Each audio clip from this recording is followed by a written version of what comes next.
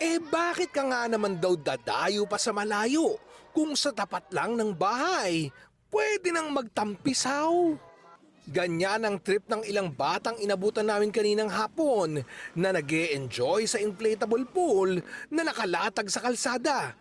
Kasi kung magpupunta sila sa mga resort, digdag gastos, katulad niya, mataas na ang gasolina. Pero ang Manila Police District tila di approve sa ganyan.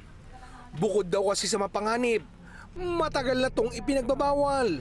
Katunayan, may mga pinagbabaklas ng inflatable pool na natsyempuan nila sa may kahabaan ng Kapulong Street sa Tondo, Maynila. Kasi may mga reklamo sa Bilis Kilos Action Center, 911 at saka sa mga hotline and page ng Raksabago Police Station na marami ng mga inflatable pool na inilalagay dito sa mga main roads natin. Paano pag naapakan yung mga naliligo ng mga kabataan doon ng mga malalaking truck dyan sa Kapulong? Wala tayong magagawa, kailangan natin sumunod sa city ordinance di ba?